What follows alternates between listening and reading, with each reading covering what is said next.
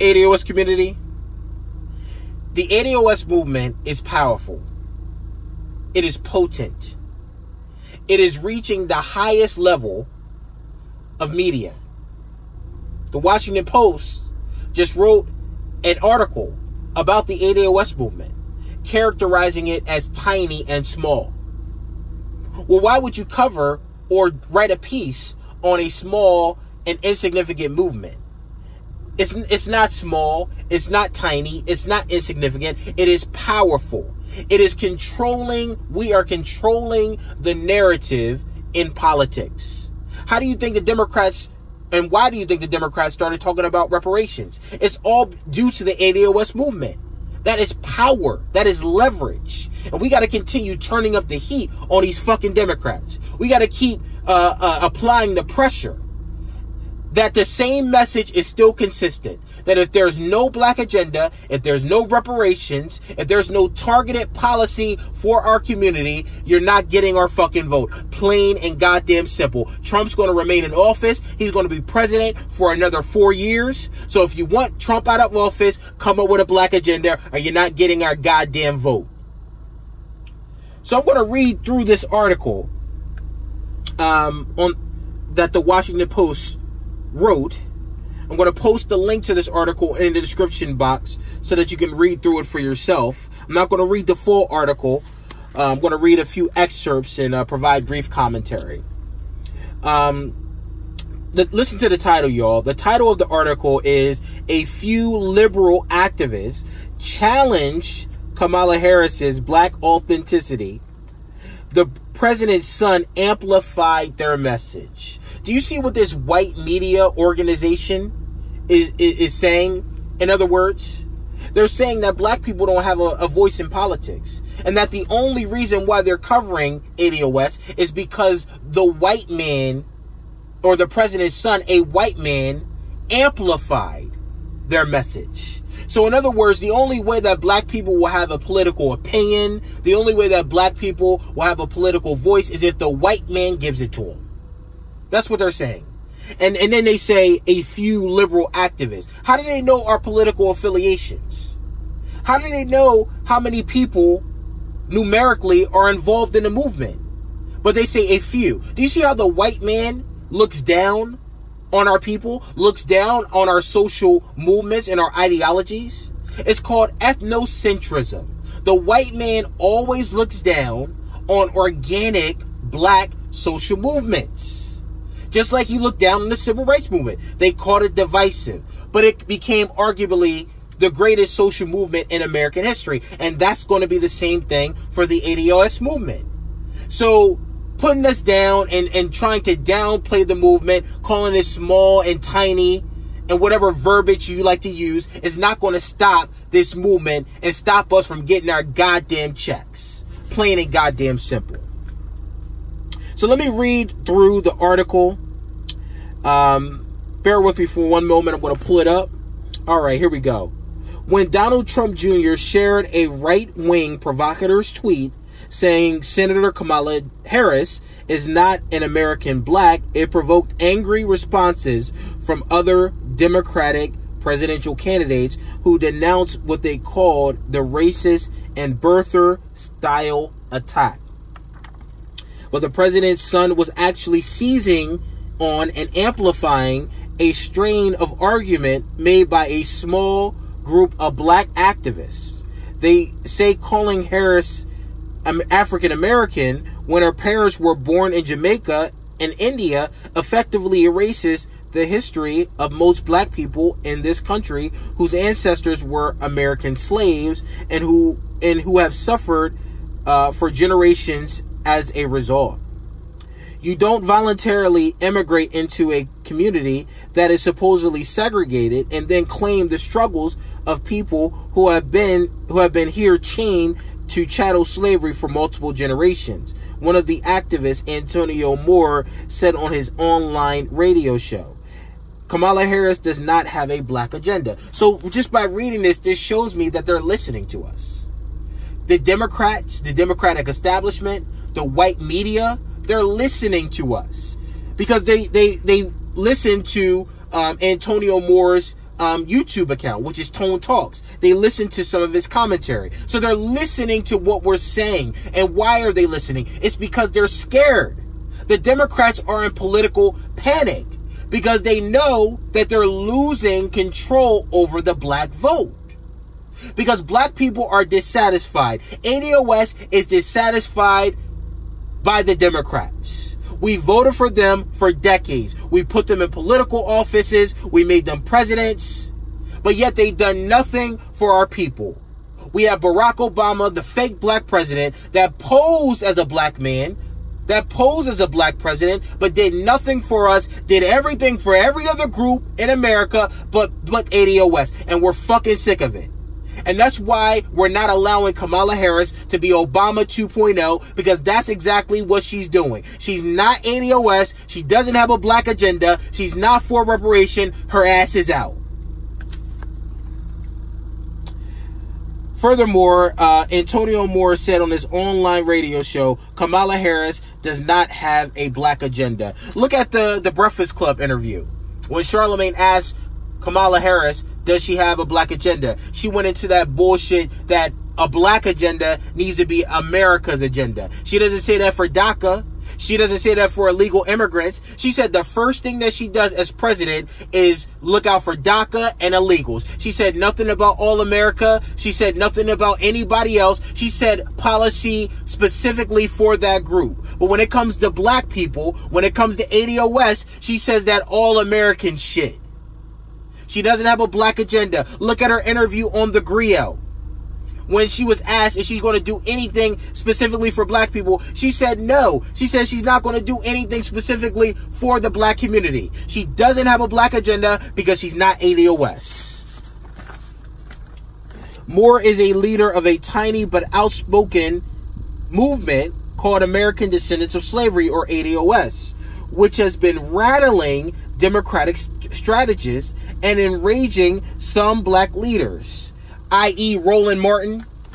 Roland Martin going all over social media and the white media cussing out black folk.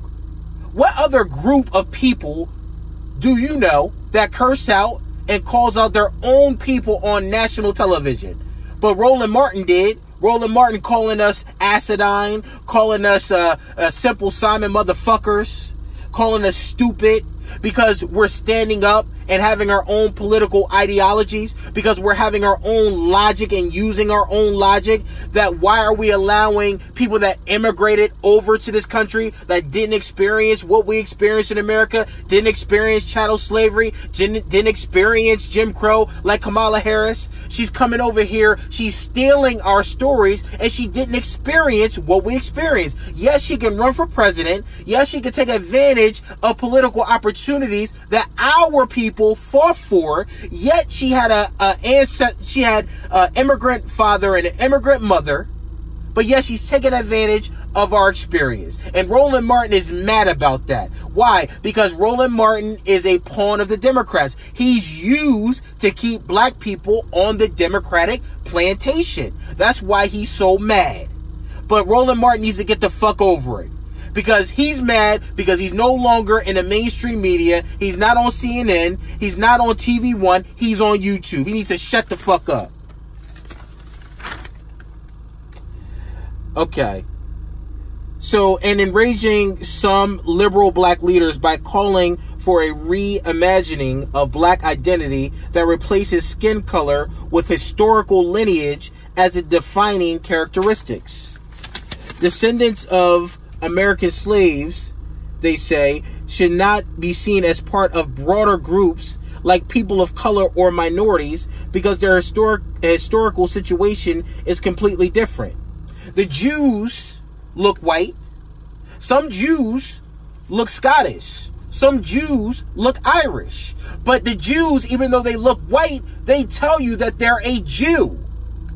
The reason why they tell you that they're a Jew is because even though they look similar to other Europeans, they distinguish themselves so that no other white people take advantage of Jewish benefits, take advantage of Holocaust reparations. That's what we're saying. We're saying that although these black immigrants look like us physically, The ADOS movement is about lineage. It's about, if your lineage, if you're not a descendant of a slave, you are not a foundational Black American. Therefore, you should not get the same benefits as foundational Black Americans. You are not getting reparations that are due for foundational Black Americans. That's plain and simple. It's common sense. Furthermore, that argument is now shaping up as an attack on Harris, whose candidacy surged after she challenged former Vice President Joe Biden on racial issues, repositioning herself as a candidate who speaks directly to the experience of African Americans. Democratic strategists fear that the dynamic of mischief makers on the right exacerbating minor divisions on the left could not only damage particular candidates, but also dampen overall Democratic turnout in 2020. A similar strategy was adopted in 2016 by Russia, which exploited divisions on issues such as race and guns to hurt Democrats by starting Facebook groups with names like Blacktivist, Black Matters US, and Don't Shoot Us. So do you see what this white media newspaper is doing? So what they're doing is they're talking to the white reader. And what they're saying to the white Democratic voter that's reading this article is that this ADOS movement, what they're doing is they're conflating it with Russian interference. And what they're saying is that the talking points of ADOS, which is an organic Black movement, a legitimate Black movement, is going to be used by Donald Trump and the Republicans so that the Democrats will lose in 2020. Remember when they called us Russian bots? When Joy Reid and Angela Rye, when her dumbass was going around calling us Russian bots? Remember that? So when that failed, now what they're saying is that this is going to be used by the Republicans so that Donald Trump can inevitably win the White House. You see what they're doing? They're trying to turn the public against the ADOS movement by distorting our movement. They've always done that. That's why it's important to have Black media. That's why I encourage everybody that's listening to this video to be a part of the new Black media, so that we can tell the facts of our story, so that we don't have white people telling our stories, mischaracterizing our intentions and our movement. We don't need that shit. We can tell our own story. That's why it's important to have Black media, ADOS media. So when we start our own political movement, we got to have our own ADOS media outlets, our own ADOS media platforms. That's why it's important, ADOS. ADOS frames its argument in terms of who should receive reparations from slavery, saying payments should go only to actual descendants of slaves. But the underlying message is that Black Americans from immigrant families, even places like Jamaica with a history of slavery under Spanish and British rule, do not have the same claim to the identity or the struggle for civil rights. Now, we're not saying that you didn't experience shit in your own countries. We're not saying that. But what we're saying is that in America, if you didn't experience what we experienced in America, number one, you need to shut the fuck up. You shouldn't be talking shit. I'm not saying that we can't have Black immigrant allies. I'm not saying that. What I'm saying is that you are not going to no longer get the same benefits that we are getting in the ADOS movement. That's what this is about. It's about being exclusive. This is exclusively about descendants of slavery. So when we get reparations, y'all not getting shit. Just like if we went to your country as an immigrant or as a migrant, I can't expect the same benefits that you get. I can't expect restitution or reparations for shit that you experience in your country. That's what we're saying. We're not discounting what you experience in your homeland or in your country. But when you're on our turf, in our country, you're not getting reparations. Plain and goddamn simple. So I'm going to go down a little bit.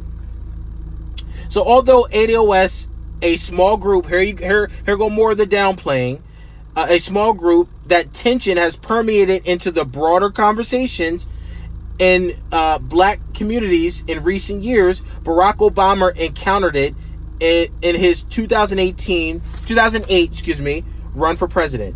When faced with a question regarding her authenticity in a radio appearance in February, Harris responded that such rigid distinctions misunderstand the beauty and diversity of the black community. Isn't that funny that when Kamala Harris was asked on CNN, when she was interviewed by Jake Tapper, was she an African American, she said that she's a woman of color. She didn't self-identify as African American. In fact, when she got into the Senate, she identified herself as an Indian American. So she doesn't identify herself as an African American. So she's bullshitting us as usual. So furthermore, now they're talking about her $100 billion plan to fix the racial wealth gap. So let's get into that. She announced on Saturday a $1 billion plan to counter the legacy of redlining, which made it harder for black people to get home mortgages. The plan would provide assistance with down payment and closing costs for home buyers in historically redlined communities. The assistance would be targeted by income and geography, not race and gender. Did y'all hear that? So basically what this is saying is that the assistance will be targeted by income and geography. So that means that everybody that fits the income guidelines and living in certain areas qualifies for the assistance. So it's not subjected to race or lineage. So it's not specific to black people. That means Hispanics get it. That means poor whites can get it based on their income. She's not going to do anything specific for the black community. This fucking $100 billion housing plan is a fucking scam. Kamala Harris is a culture vulture, just like Obama is a fucking culture vulture. And that's why she's not getting the black vote. Plain and goddamn simple. Don't be fooled by this bullshit that she's coming out with. Just like when she went after Joe Biden and attacked him. Right after that, you saw the t-shirts that went out. You saw the tweet of her, the picture of her as a child. That was all organized and pre-planned. She's not ADOS. She's not African American, and she's not getting the black vote. Plain and simple. So ADOS, the movement is powerful. For the Democrats to call us Russian bots, for the Democrats to come out so hard against ADOS, sending fat ass Roland Martin to cuss us out all over the white media and on social media, that means that this movement is powerful and potent, and we got to keep turning up the heat on these goddamn Democrats. If there's no tangibles, if there's no reparations, if there's no black agenda, you're not seeing the White House ever again, and Trump is getting reelected. Plain and simple. But all I'm saying is that the Washington Post is a bunch of bullshit. They're mischaracterizing our movement. We are doing big things, ADOS. Let's keep turning up the fucking heat, y'all. But that's all I gotta say. Make sure you like, make sure you share, and make sure you subscribe to my channel. Make sure you drop a comment. I want to know what you think about this subject. Like always, I appreciate all the support. And thank you for allowing me to share my views. Have a great day.